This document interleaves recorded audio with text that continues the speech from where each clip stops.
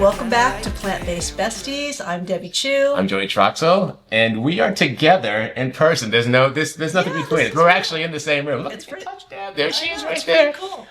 You are trapped. Well, so our show today has a lot to do with what you're doing right now. Right. What are you doing? We have been on a road trip for 2 weeks, and it's been a challenge, but we were well prepared. And we're going to share ideas with you today about what to do when you're on vacation, whether it's at the airport, if you're at an Airbnb, on the road, hotel. And I'll share with you what I did, some of my hacks, and that's what our show's going to be about today. I think it's perfect time for this because summer is a big time of travel. So, Right. a lot of us are going to be going somewhere and trying to, I think a lot of us use the vacation excuse to be like, well, I'm not going to be able to stick to anything now. I can't work Right. out. Let's just do it when we come back, right? Right. And there's no need for that. No. Yep. You showed up here with a smoothie. Right. I brought my equipment because I didn't want to be caught off guard or have to make bad choices. So that's planning, right? Like you plan, then you don't fail. Exactly. And doesn't take that much work. It really doesn't. You just have to prepare, yeah. Yeah, you have to prepare. All right, so let's start off with airport. So you've got everything set for your trip. You're ready to go. You get in the car. You get to the airport, and now you got to wait because we got to get there early, right? And now we've got to possibly deal with airport eats. So Right, what do you do there? Well, usually I bring a sandwich to eat when I'm at the airport, or I've even brought like tofu and rice and veggies, and a lot of those little places have a microwave, and I'll just heat that up, and I'll eat that when I get to the airport, so I have a good filling meal before I get on the plane. Yeah. But there are some good choices at the airport. Yeah, I think I've learned because I've been flying every summer with the students that those Sabra hummuses, right? Those are great. They're everywhere, and they've got little crackers with it and red pepper hummus, so that's a good choice, I think. Right, and a lot of the places will have fruit. You can get a banana, Yeah. apple or something. They have like almonds.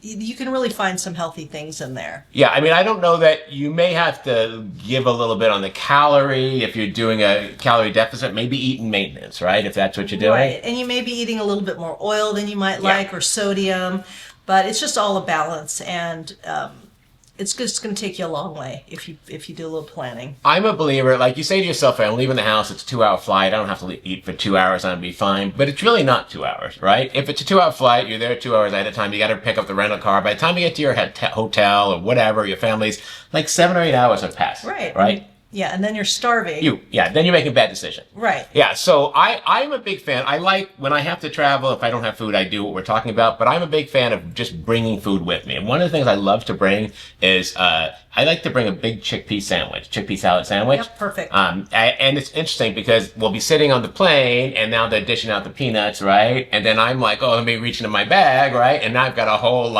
and people just look at me like, what is that? I'm like, it's a chickpea salad sandwich. I'm like, oh man, it looks so good. I'm like, it is, right? Yeah. And so I like to have food with me. You could bring as much food as you want on the plane or through security. You just can't bring any water more than 3 ounces, I think. Is it right? You can't bring anything liquid. Yeah, like right. You can't have like spaghetti sauce and spaghetti. If they're mixed together, it's okay. Yes. But you can just check online what the rules are. It's real easy.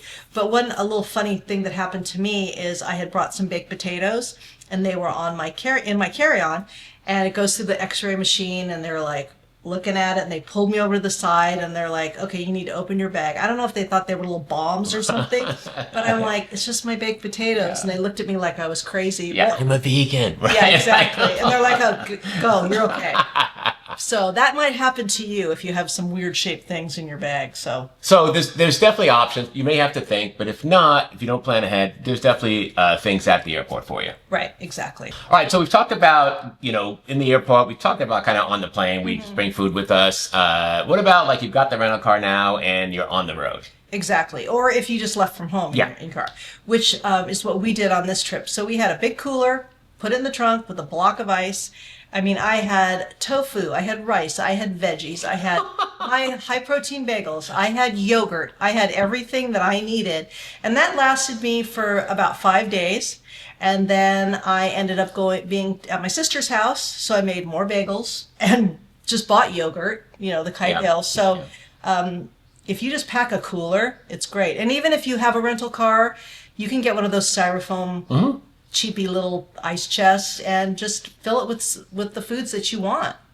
If you're driving your own car like you are, you can even get like a small little cooler for the backseat that plugs into the cigarette lighter, right? Right. Is it cigarette lighter now? It's just the aux port, right? Right, Or whatever right. they call it. But yeah, so you can get a cooler for the car. I think the cooler is an amazing idea. You know, I try and pack as much cold stuff as I do because here's what happens. Like if I don't do this, I'll get in the car with my family. We'll drive 20 minutes on a road trip and they'll be like, oh, let's get some snacks. And I'm like, we just left the house. Like, what are you talking about? And then I don't think about this. Like at a gas station, I stop to get gas. But my son grew up with my husband going, no, gas station's a place to get snacks, right? Is that like, we think of it as gas, right? Right. Yeah, I would never think to stop at the Quick Trip to get, chips or something. Right. But it seems like when you tell someone like, oh, we're going on a 12-hour trip or 8-hour trip, like you get down the road, like you're still in your own town, right? And they're not stopping for snacks. And I'm like, this is They start to absurd. panic. Yeah, right. In the car. It's like, you're going to be okay. No, I could go on a 10-hour stretch with no food, right? Or whatever. No, you would Right. run out of gas, right? Right. For sure. But if you do go in for snacks, they have fruit. Yeah. I mean, they have nuts, whatever. You can grab some of those, but you're much better off just bringing your own in the car. And the food's going to be much better, Yeah. right? Like, I've never gotten anything on the road where I was like, oh, man, that was just so satisfying, right? That protein filled me up, right? And you're going to save money, too. Yeah, for sure. You're already spending enough on your vacation. You don't need to buy extra food.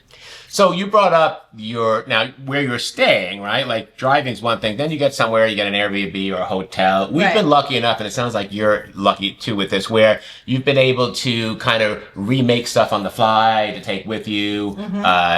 Staying at a place where there's a microwave or some option. fridge. A fridge. Or, even if you're not staying at relatives, we stayed in LA when we went to see you last time at the Southern California Vet Fetch. We had a great place, an Airbnb. It had a full kitchen. Yeah. We had full-size fridge. The first thing we did was go to Whole Foods and just, Stock up. Yeah, stock up. And we got fruits. We got all sorts of stuff. We were able to make, we took our protein mix with us. Our bags of earth shrimp were in the back, right? And we took the small blender. I think we took the Beast with us, and they had a Vitamix there, which was really nice. Wow. So, all we did was call ahead and go, hey, what's in that kitchen? Like, tell me what's there. Yeah, what And- are the tools I need? That's exactly right. And, so I'm a big believer is when you get somewhere like that, if you're going to be there for 4 days, go to the grocery store and you have to fill it up, but get the basics you need to have simple meals at home before you hit the road, right? Right. And that was our first stop. We were at a hotel for 3 days. So we just brought the cooler into the room. They had a microwave, they had a fridge, and it was perfect. And I bring my bullet. I had my shakes every day. So it was no problem. And then one night there was a really good restaurant that had a wonderful vegan option. Oh. And it was enough for 2 meals. So I just ate half and brought the rest home. So I had it the next day for lunch. So, if you use the Happy Cow app, Yes. you can find vegan restaurants or restaurants that have vegan options. Yeah. Yeah. So I did that in Japan too. Happy Cow I use here all the time. But when I was in Japan, I was like, will this work here? And it did. Yeah, it told me, and it gave me a map. You're, 400 feet from a vegan option right here. Yeah, I've used it all over. I've used it in other countries in Europe, and yeah, it's great. You can also bring like energy balls or just kind of pre-made stuff that, that will last without being cooled also.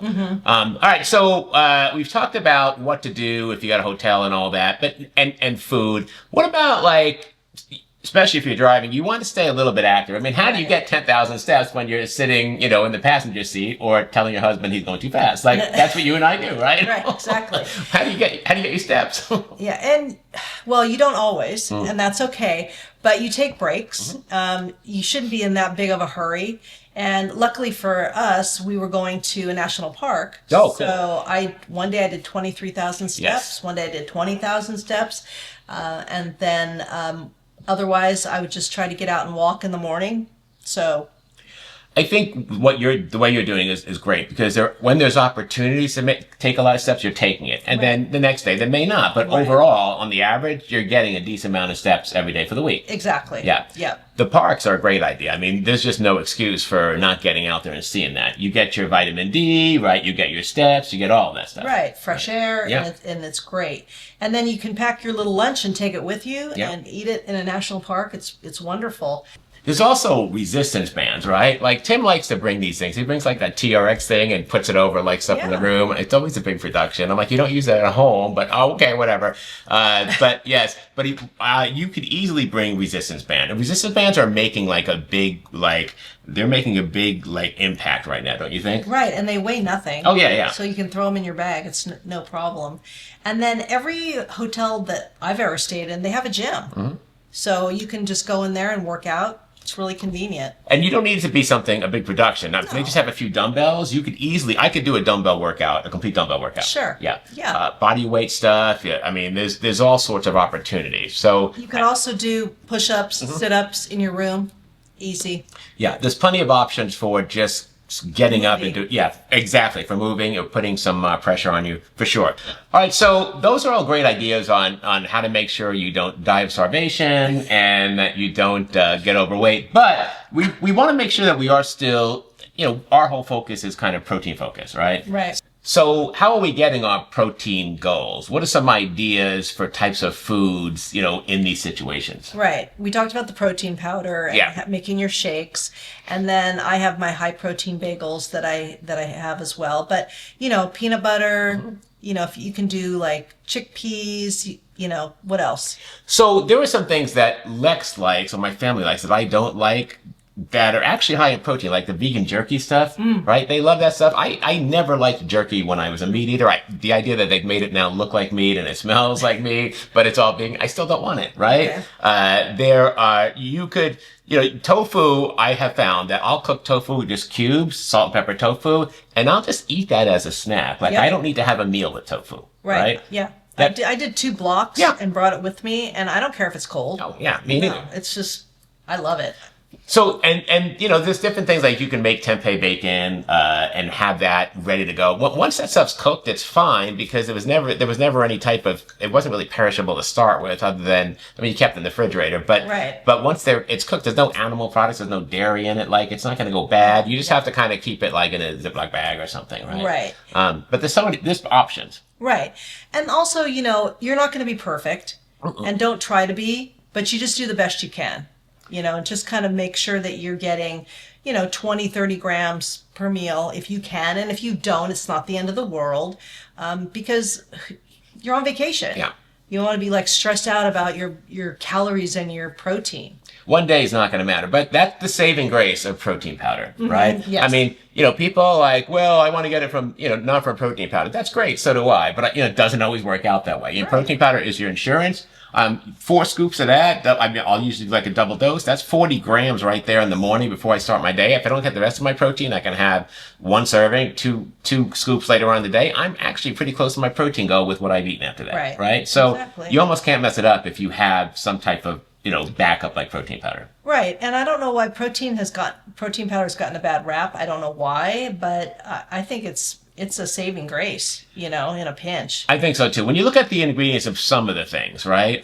Some of the protein powders, before we started looking at the vegan ones and all that, there is a lot of extra stuff in it. But, many of them, including Earth Chimp, are organic and they're made with the best quality ingredients. There's other ones too. Right. There's just no need to worry about that. If you're using chickpea flour and stuff like that, then you can use protein powder, don't you think? Yes, 100%. It's just, if you're going to say it's processed, well, so is chickpea flour, right? So is oat flour. I don't see any difference to that. For Mother's Day, we had a giveaway, right? And Earth Chimp was really nice to sponsor that episode for us. It was a lot of fun having them as our sponsor, and I hope we get the opportunity to do it again. If you're interested in sponsoring the show, please reach out to us. Our emails will be in the description below the video. And if you're listening on podcast, then it'll be in the show notes. So we did pick the 3 winners. So I'm going to get my glasses on and we'll... Drum roll. Yep, drum rolls. All right. So who's the first one? Or, all we have are the email addresses, right? So, and I guess these are the names. I don't want to read the email addresses online. So we'll just say that these look like people's names, right? Right. All right. So who do you got for the first one? Donna Banta. Donna Banta, we're going to and we will be, Earth Chimp will be contacting you to set this up. Congratulations. I'm going to go with, looks like Nicole Schrudel. Yep. Right? Yep. And then Norma J. Shepard. So that's, I assume, those are the names. We have your email addresses, so Earth Chimp will contact you if that's you. and set that up. And we had quite a few entries. Yeah. I love that we got to do a special episode for moms, Yeah. right? So that was kind of nice. And it was kind of a fun one too. So I hope that you guys enjoyed the Earth Chimp powder and it gets you set on a path to do more with it. Yeah, definitely. All right.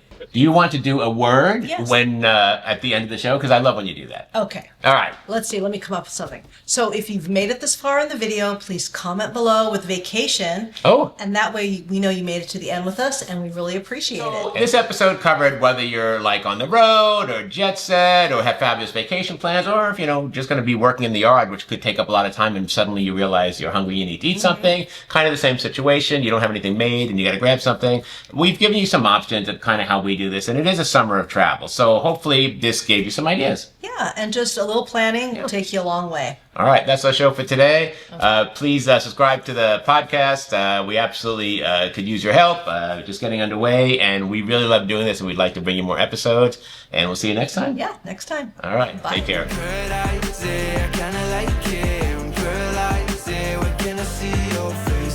Sun